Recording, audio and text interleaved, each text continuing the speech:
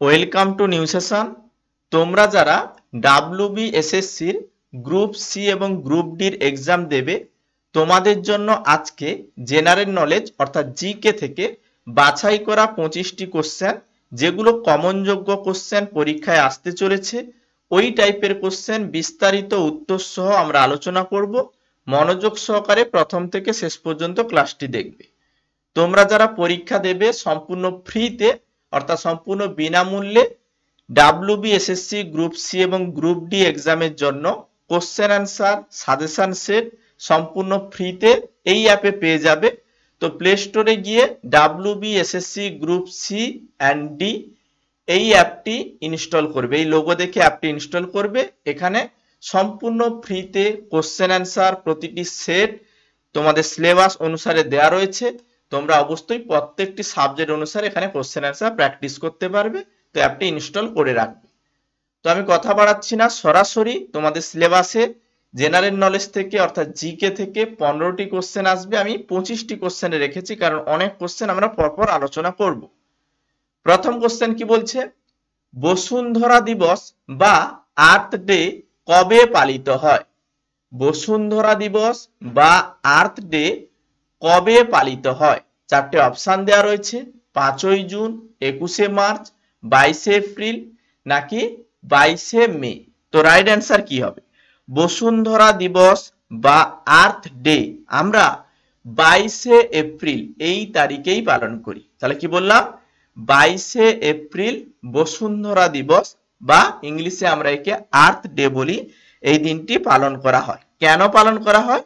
পরিবেশ সুরক্ষা সমর্থনে অর্থাৎ সচেতনতা বৃদ্ধির জন্য প্রতি বছর কিন্তু এই 22শে এপ্রিল দিনটি 1970 সাল থেকে বসুন্ধরা দিবস হিসেবে পালিত করে আসা হচ্ছে।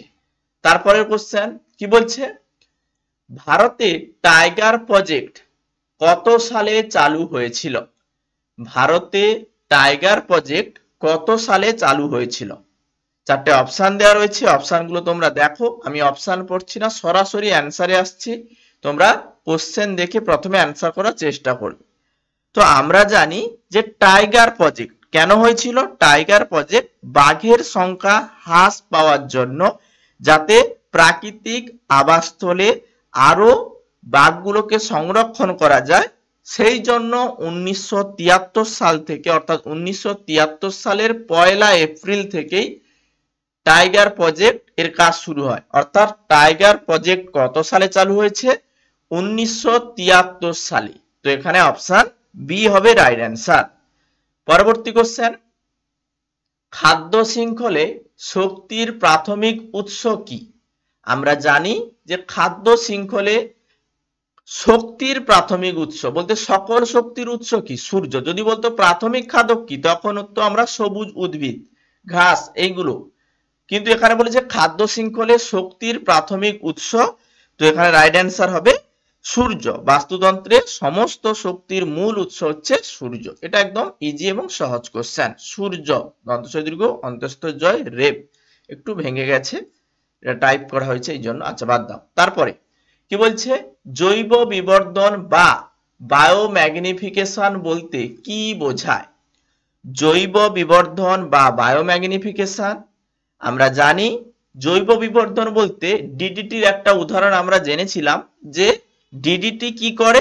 ডিডিটি খাদ্য শৃঙ্খলের প্রতিটি স্তরে বিষাক্ত পদার্থের ঘনত্ব পরপর বৃদ্ধি করে। কিভাবে? আমাদের এক জেনারেশন থেকে আরেক জেনারেশনে এইভাবে কিন্তু ডিডিটির প্রয়োগটা পরপর চলে আসছে। তো এটাকে আমরা এক কথায় কি বলতে পারি? জৈব বিবর্ধন বা বায়োম্যাগনিফিকেশন। এখানে জৈব বিবর্ধন, বায়োম্যাগনিফিকেশন দুটোই লেখা রয়েছে, কোনো একটি শব্দ লেখা থাকতে পারে। তাহলে আমরা বলতে পারি খাদ্য শৃঙ্খলের প্রতিটি স্তরে বিষাক্ত পদার্থের ঘনত্ব বৃদ্ধিকেই আমরা কি বলবো? জৈব বিবর্ধন বা বায়োম্যাগনিফিকেশন। পরবর্তী কোশ্চেন, ভারতের পরিবেশ সুরক্ষা আইন কোন সালে প্রণীত হয়? ভারতে পরিবেশ সুরক্ষা আইন কবে থেকে পালিত করা হচ্ছে? ভারতে পরিবেশ সুরক্ষার আইন ভোপাল গ্যাস দুর্ঘটনার পরে শুরু করা হয়েছে। তাহলে ভোপাল গ্যাস দুর্ঘটনার সময়টা 1986 সাল। তাহলে ভোপাল গ্যাস দুর্ঘটনার প্রেক্ষাপটে ভারত সরকার পরিবেশ সুরক্ষা এবং উন্নতির জন্য এই আইনটি প্রণয়ন করেছে, অর্থাৎ ভারতের পরিবেশ সুরক্ষা আইন হয়েছে 1986 সালে। পরবর্তী কোশ্চেন বলছে রামসার কনভেনশন কিসের জন্য বা কিসের সঙ্গে সম্পর্কিত? রামসার কনভেনশন মূলত জলাভূমি সংরক্ষণের জন্য করা হয়েছে। অর্থাৎ আন্তর্জাতিক চুক্তি যখন করা হয়েছিল 1971 সালে ইরানের রামসার শহরে, এখানে বলা হয়েছে যে বিশ্বজুড়ে গুরুত্বপূর্ণ যে জলাভূমি তাদের যে সম্পদ তার সংরক্ষণ করতে হবে। তো সেখান থেকেই কিন্তু রামসার কনভেনশন এটা চালু হয়েছে। কত সাল থেকে? মনে রাখতে পারো 1971 সাল থেকে। তো এখানে জলাভূমি সংরক্ষণকেই আমরা বলি রামসার কনভেনশন। পরবর্তী কোশ্চেন, কোনটিকে বায়ো ফার্টিলাইজার বা জৈব সার হিসেবে ব্যবহার করা হয়? বায়ো ফার্টিলাইজার বা জৈব সার। তো জৈব সারের কথা যখন আসবে আমরা বলতে পারি যে জৈব সার হিসেবে আমরা সায়ানোব্যাকটেরিয়াকেও ব্যবহার করে থাকি, অ্যাজোলাকেও ব্যবহার করে থাকি।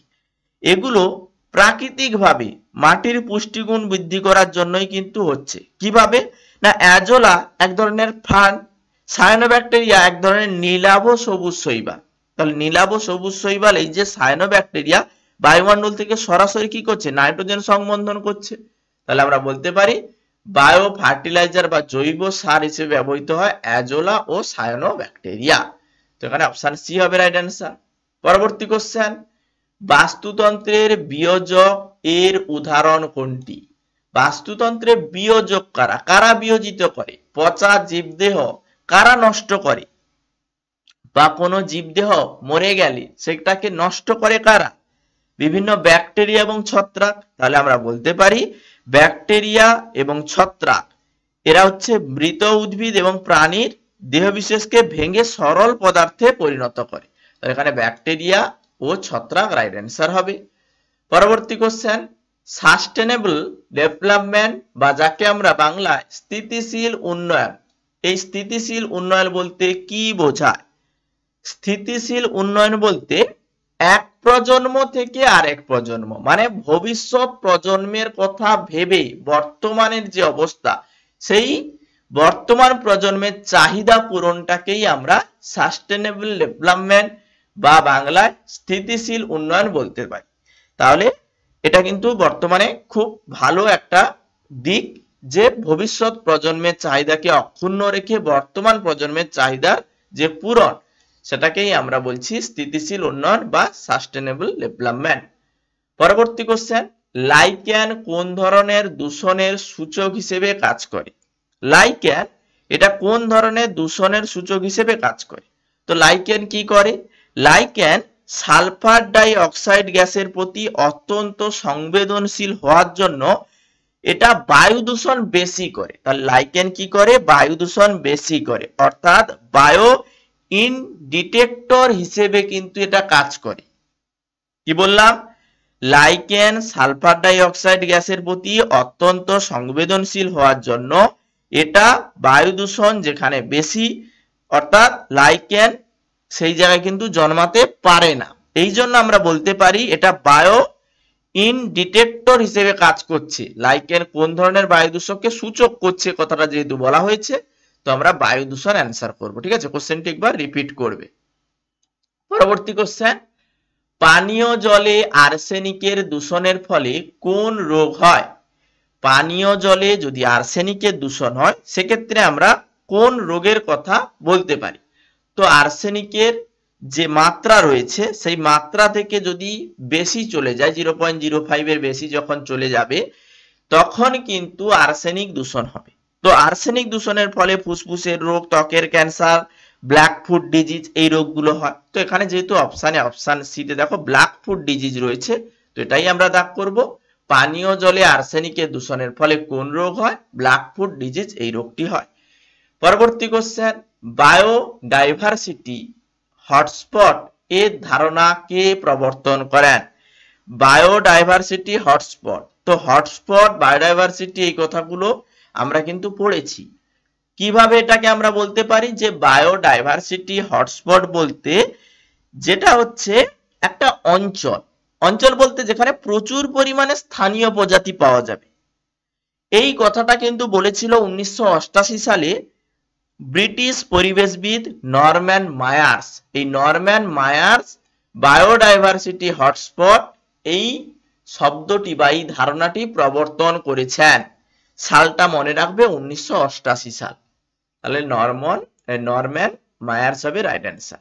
তারপরে পূর্ব কলকাতা, এই পূর্ব কলকাতার জলাভূমিকে কিসের জন্য রামসার সাইট হিসেবে ঘোষণা করা হয়েছে? পূর্ব কলকাতার জলাভূমিকে কিসের জন্য রামসার সাইট হিসেবে ঘোষণা করা হয়েছে? তাহলে পূর্ব কলকাতার এই যে জলাভূমি, এখানে কি হয়েছে? এখানে লক্ষ লক্ষ মানুষের পয়ঃনিষ্কাশন বর্জ্যকে মাছ চাষ করা হচ্ছে, সবজি চাষের উপযোগী করে তোলা হচ্ছে, বজ্র ব্যবস্থাপনা। এখানে বিশ্বসেরা একটা উদাহরণ আমরা জানি যে পূর্ব কলকাতার জলাভূমি, এই জন্যই কিন্তু রামসার সাইট। কেন? কারণ প্রাকৃতিকভাবে কলকাতার পয়ঃনিষ্কাশন বজ্র পরিশোধন করে, এটা কিন্তু পূর্ব কলকাতার জলাভূমি। তাহলে এখানে অপশন সি দাগ করব। তারপরে শব্দ দূষণের মাত্রা কোন এককে মাপা হয়? তো শব্দ দূষণের মাত্রা, শব্দ দূষণ মানে 65 ডেসিবেলের উপরের শব্দকে শব্দ দূষণ হিসেবে আমরা চিনি। তাহলে শব্দ দূষণের মাত্রা আমরা ডেসিবেল এককে মাপি। তাহলে ডেসিবেল, শব্দ দূষণের মাত্রা কোন এককে মাপা হয়? ডেসিবেল এককে মাপা হয়। তারপরে এজেন্ডা 21 কোন আন্তর্জাতিক সম্মেলনে গৃহীত হয়েছিল? এজেন্ডা 21 এটা কোন আন্তর্জাতিক সম্মেলনে গৃহীত হয়েছিল? তাহলে আমরা এই এজেন্ডা 21 কোথায় পেয়েছিলাম? যে 1992 সালে রিও ডিওতে কি হয়েছিল? রিও ডিও জেনেরিওতে বসুন্ধরা সম্মেলন হয়েছিল। এই বসুন্ধরা সম্মেলনে কিন্তু আমরা এজেন্ডা 21 এর কথা জানি। এই এজেন্ডা 21 কি হয়েছিল? স্থিতিশীল উন্নয়নের কথা বলা হয়েছিল। তাহলে এখানে আমরা বলবো যে রিও ডিও জেনেরিও বসুন্ধরা সম্মেলন, যেটা 1992 সালে হয়েছিল, এই এজেন্ডা 21 এটাই হচ্ছে আন্তর্জাতিক সম্মেলনে এই এজেন্ডা 21 গৃহীত হয়েছিল, যেটা হচ্ছে রিও ডিও জেনেরিও বসুন্ধরা সম্মেলনে। অপশন বি হবে রাইট অ্যান্সার। তারপরে বার্ডম্যান অফ ইন্ডিয়া নামে কে পরিচিত? বার্ডম্যান অফ ইন্ডিয়া নামে কে পরিচিত? চারটে অপশন রয়েছে, অ্যান্সার করার চেষ্টা করো। বার্ডম্যান অফ ইন্ডিয়া নামে কে পরিচিত? আমরা জানি যে পক্ষী মানব কাকে বলা হয়? পক্ষীবিদ। আমরা সেলিম আলীকে চিনি। এই সেলিম আলী একজন বিশেষ গবেষণা, মানে পাখি বিষয়ে গবেষণা এবং সচেতনতা তৈরির জন্য কিন্তু তিনি খুবই আমাদের কাছে জনপ্রিয়। তাহলে এখানে আমরা বলতে পারি যে সেলিম আলী একজন বিশ্ববিখ্যাত পক্ষীবিদ এবং প্রকৃতিবিদ। এনাকে বার্ডম্যান অফ ইন্ডিয়া বলা হয়। তো এটা রাইট অ্যান্সার অপশন সি। পরবর্তী কোশ্চেন, ইউট্রোফিকেশন কি কারণে ঘটে? ইউট্রোফিকেশন এটা কি কারণে ঘটে? ইউট্রোফিকেশন কখন হয়? যখন জলে অতিরিক্ত পুষ্টি আসবে। জলে অতিরিক্ত পুষ্টি আসবে মানে জলে ফসফেট এবং নাইট্রেট যখন অতিরিক্ত মিশবে, তখন কি হবে? তখন অ্যালগাল ব্লুম সৃষ্টি হবে, প্রচুর পরিমাণে শৈবাল তৈরি হবে। তাহলে এখানে আমাদের মনে রাখতে হবে, অতিরিক্ত যদি শৈবাল তৈরি হয়, অ্যালগাল ব্লুম হয়, তখন কিন্তু ওই শৈবালগুলো পচে গিয়ে অক্সিজেনের মাত্রাটাকে কমিয়ে দেবে জলে। তাহলে এখানে আমরা বলতে পারি ইউট্রিফিকেশন কি কারণে হয়? জলে অতিরিক্ত পুষ্টি উপাদান অর্থাৎ ফসফেট এবং নাইট্রেট মিশলে অ্যালগাল ব্লুমের সৃষ্টি হয়, অর্থাৎ ইউট্রিফিকেশন হয়ে থাকে। পরবর্তী কোশ্চেন, কোনটি ইন সিটু সংরক্ষণের উদাহরণ? ইন সিটু সংরক্ষণ, ইন সিটু সংরক্ষণ মানে কি? ইন সিটু সংরক্ষণ মানে যেটা হচ্ছে নিজস্ব প্রাকৃতিক পরিবেশে বা নিজ বাসস্থলে যখন সংরক্ষণ করা হচ্ছে। কিভাবে? যে জাতীয় উদ্যানের মাধ্যমে সংরক্ষণ করা হচ্ছে, অভয়ারণ্যের মাধ্যমে সংরক্ষণ করা হচ্ছে, বায়োস্ফিয়ার রিজার্ভের মাধ্যমে সংরক্ষণ করা হচ্ছে। তাহলে আমরা বলতে পারি এইগুলো হচ্ছে ইন সিটু সংরক্ষণ। যদি বলে এক্স সিটু সংরক্ষণ কি? নিজ বাসস্থান থেকে দূরে নিয়ে এসে সংরক্ষণ। আমরা চিড়িয়াখানায় ঘুরতে যাই, এই চিড়িয়াখানা কিন্তু এক ধরনের এক্স সিটু সংরক্ষণ। তাছাড়া বোটানিক্যাল গার্ডেনও কিন্তু এক্স সিটু সংরক্ষণের উদাহরণ। তো ইন সিটু চেয়েছে, তো ইন সিটু সংরক্ষণের উদাহরণ আমরা জাতীয় উদ্যান বলতে পারি। তাছাড়া জাতীয় উদ্যানের পাশাপাশি মনে রাখবে জাতীয় উদ্যান, অভয়ারণ্য, বায়োস্ফিয়ার রিজার্ভ এগুলো ইন সিটু সংরক্ষণের উদাহরণ। তারপরের কোশ্চেন, ভারতের কোন রাজ্যে সর্বাধিক বনভূমি রয়েছে এলাকা অনুযায়ী বলেছে। তো ভারতের কোন রাজ্যে সর্বাধিক বনভূমি রয়েছে? ভারতের সর্বাধিক বনভূমি রয়েছে আমাদের মধ্যপ্রদেশে। তো এখানে আমরা বলতে পারি যে Indian state of forest report অনুসারে এই যে আমাদের মধ্যপ্রদেশ রয়েছে, এই মধ্যপ্রদেশে এলাকা অনুসারে সব থেকে বেশি বনভূমি রয়েছে। তো এখানে মধ্যপ্রদেশ রাইট অ্যান্সার হবে। পরবর্তী কোশ্চেন বলছে জীবাশ্ম জ্বালানি পোড়ানোর ফলে প্রধানত কোন গ্যাস নির্গত হয় যা বিশ্ব উষ্ণায়নের জন্য দায়ী। তো জীবাশ্ম জ্বালানি বা আমরা যদি প্রচুর পরিমাণে কয়লা, পেট্রোল এগুলো তো জীবাশ্ম জ্বালানি যদি পোড়াই ব্যবহার করি তখন বাতাসে অক্সিজেন থেকে অক্সিজেনের পরিমাণ কমতে থাকবে। কার পরিমাণ বাড়বে? কার্বন ডাই অক্সাইডের পরিমাণ। তো জীবাশ্ম জ্বালানি পোড়ানোর ফলে কার্বন ডাই অক্সাইডের পরিমাণ বাড়ছে। তো কার্বন ডাই অক্সাইড কি করবে? বিশ্ব উষ্ণায়ন সৃষ্টি করবে, উষ্ণতাটাকে বাড়াবে। তো এখানে CO2 অর্থাৎ কার্বন ডাই অক্সাইড বিশ্ব উষ্ণায়নের জন্য দায়ী। এল নিনো কি? এল নিনো কাকে বলা হয়? আমরা জানি এল নিনো এটা প্রশান্ত মহাসাগরে হয়। এক ধরনের কি? এক ধরনের জলবায়ু চক্র যেটা প্রশান্ত মহাসাগরের জলের উপরিভাগে তাপমাত্রাকে অস্বাভাবিকভাবে বাড়িয়ে দিচ্ছে। এটি বিশ্বজুড়ে আবহাওয়ার এক ধরনের তুমি প্রভাব বলতে পারো। এল নিনো এটা হচ্ছে প্রশান্ত মহাসাগরে একটি উষ্ণ সমুদ্র স্রোত। এটা আমরা অপশন বি দাগ করব। এল নিনো কি? প্রশান্ত মহাসাগরে একটি উষ্ণ সমুদ্র স্রোত। ভারতের শকুন বিলুপ্তির কারণ কি? ভারতে পরপর শকুন বিলুপ্তি হয়েছে বা হয়ে যাচ্ছে কি কারণে? আমরা গবাদি পশু পালন করার সময় গবাদি পশুদেরকে আমরা কিন্তু এক ধরনের ব্যথানাশক ওষুধ দিই। ওষুধের নামটা কি? ডাইক্লোরোফেনাক। এই ডাইক্লোরোফেনাক এটা ব্যবহার করা হয় ব্যথানাশক ওষুধ হিসেবে, মানে গবাদি পশুদের জন্য ব্যবহার করা হয়।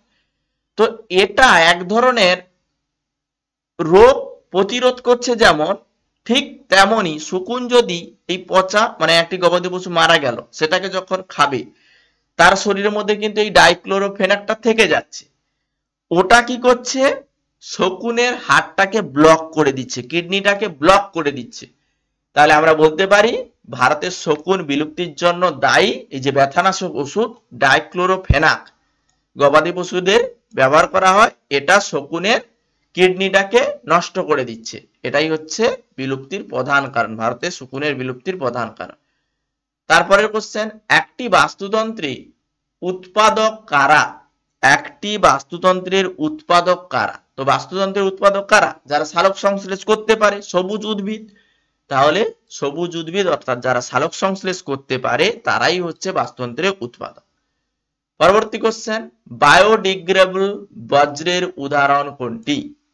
বায়োডিগ্রেডেবল বজ্রের উদাহরণ, তো বায়োডিগ্রেডেবল বলতে যেগুলো নষ্ট হয়, অর্থাৎ যে সমস্ত বজ্র পদার্থ অণুজীবের দ্বারা প্রাকৃতিকভাবে ভেঙে গিয়ে মাটিতে মিশে যায় তাকে আমরা বলতে পারি বায়োডিগ্রেডেবল অর্থাৎ জৈব ভঙ্গুর বজ্র। সবজির খোসা, কাগজ, পাতা এগুলো বায়োডিগ্রেডেবল অর্থাৎ এগুলোকে আমরা বলতে পারি জৈব ভঙ্গুর বজ্র। তাহলে এখানে সবজির খোসা রাইট অ্যান্সার হবে, এটা বায়োডিগ্রেডেবল বজ্রের উদাহরণ। তারপরে ইউএনইপি এর ফুল ফর্ম কি? ইউএনইপির সম্পূর্ণ নাম আমরা জানি রাষ্ট্রপুঞ্জের একটি বিশ্বব্যাপী যে পরিবেশগত কার্যকলাপ এই সমন্বয় বা উন্নয়নশীলের জন্য UNEP united nation environment programme এর আয়োজন করা হয়েছিল পরিবেশ বান্ধব এবং নীতি বাস্তবায়নের জন্য কিন্তু এটা হয়েছিল।